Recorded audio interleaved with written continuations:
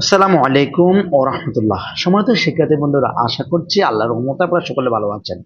আজকে আমরা আলোচনা করব আমাদের ছোট্ট বন্ধুদের জন্য যে মেকিং ডাব্লিউএস কোয়েশ্চেন কিভাবে প্র্যাকটিস করব। আমরা নিয়ম অনেক পড়ছি, কিভাবে প্র্যাকটিস করব এই প্র্যাকটিসগুলো নিয়ে আমাদের ধারাবাহিক ক্লাস এর পূর্বে আমি 17টি ক্লাস আপলোড করেছি। আজকে আমরা 18 নম্বর ক্লাসটি আপনাদের সামনে উপস্থাপন করছি। আজকের 18 নম্বর ক্লাস আমরা 5টি বাক্য দেখব শুরু থেকে শেষ পর্যন্ত। আপনি যদি ভালো করে বুঝতে চান ভিডিওটি না টেনে দেখবেন বলে আশা ব্যক্ত করে আজকের মৌলিক কথাগুলো শুরু করছি বা আলোচনা করছি। প্রথমত আমরা একটা বাক্য দেখতে পাচ্ছি, বাক্যটা হচ্ছে the doctor visited Seema last night. ঠিক আছে, ডক্টর মানে ডাক্তার সীমাকে গত রাতে দেখতে এসেছিল। আচ্ছা, এখন যদি প্রশ্ন করে সীমাকে দেখতে কে এসেছিল, তো কে বাক্যের যদি কখনো কোনো সময় কোন একটা বাক্যের সাবজেক্টে কোন একটা বস্তু বা ব্যক্তির নামের নিচে যদি আন্ডারলাইন থাকে আমাকে হু দ্বারা প্রশ্ন করতে হবে। আর যদি বস্তুর নিচে যদি আন্ডারলাইন থাকে আমাকে হোয়াট দ্বারা প্রশ্ন করতে হবে। যেহেতু ডক্টর বা ডাক্তার একজন ব্যক্তি, তার নিচে আন্ডারলাইন করে আছে, তাহলে আমাকে অবশ্যই হু দ্বারা প্রশ্ন করতে হবে। মানে সীমাকে গত রাতে কে দেখতে এসেছিল, তাহলে আমরা এই জন্য প্রথমত কি বসালাম, হু বসালাম।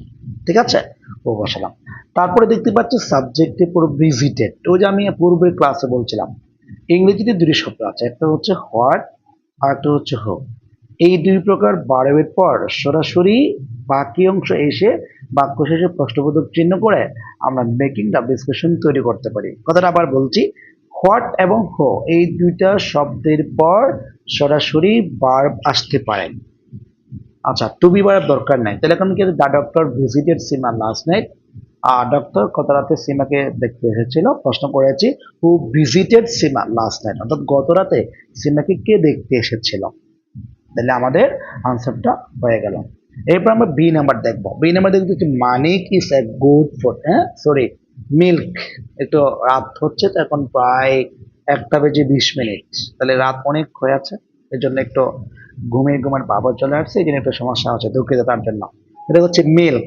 Milk is a good food, অর্থাৎ দুধ হচ্ছে একটি ভালো খাবার। হ্যাঁ, এটা আমরা সবাই জানি। তাহলে এখন এটা হচ্ছে বস্তু, ভালো করে খেয়াল করবেন। যেহেতু বস্তুর নিচে আন্ডারলাইন করা হচ্ছে সাবজেক্ট হিসাবে, আমরা চাইলে হোয়াট দ্বারা প্রশ্ন করতে পারি, আমরা চাইলে হুইচ দ্বারা প্রশ্ন করতে পারি। আমরা এখানে প্রথমত কি দিয়েছি, হুইচ দিয়েছে।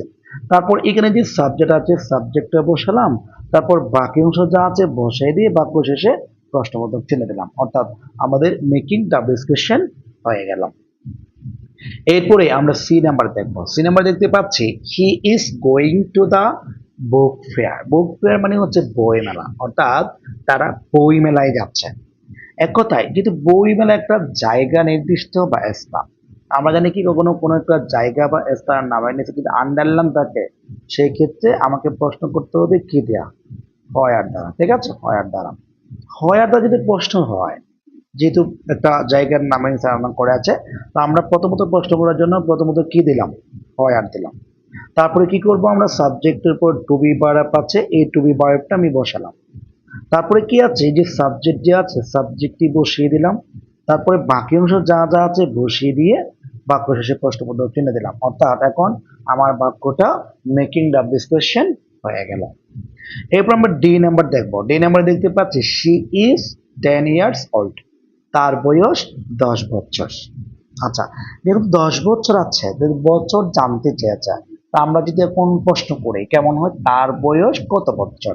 তা আমরা ইংরেজিতে জানি কি কত, কেমন, কিভাবে, একটা শব্দ জানি আমরা, সেটা হচ্ছে হাউ। এই হাউ শব্দটির বাংলা তিনটা অর্থ জানি, একটা হচ্ছে কত, কেমন, কিভাবে। যেমন হাউ ওল্ড আর ইউ, তোমার বয়স কত। ঠিক আছে, এরপর হাউ আর ইউ, তুমি কেমন আছো। বা এখানে বা একটা কেমন আছে, হাউ আর ইউ, হ্যাঁ আমরা জিজ্ঞেস করতে পারি। তাহলে এই জন্য আমি তিনটা অর্থ প্রকাশ করি। যেহেতু বা কোনো একটা বছর নির্ধারণ করে আছে, আমি বলতে পারি তার বয়স কত। সেক্ষেত্রে কত বোঝার জন্য আমাকে প্রথমত হাউ দিতে হবে, তারপরে এখানে যে টু বি ভার্ব আছে ইস, এই ইসটা বসাতে হবে, তারপর সাবের বসাতে হবে।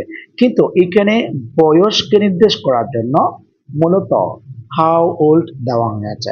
হাউ ওল্ড ইজ শি, অর্থাৎ তার বয়স কত।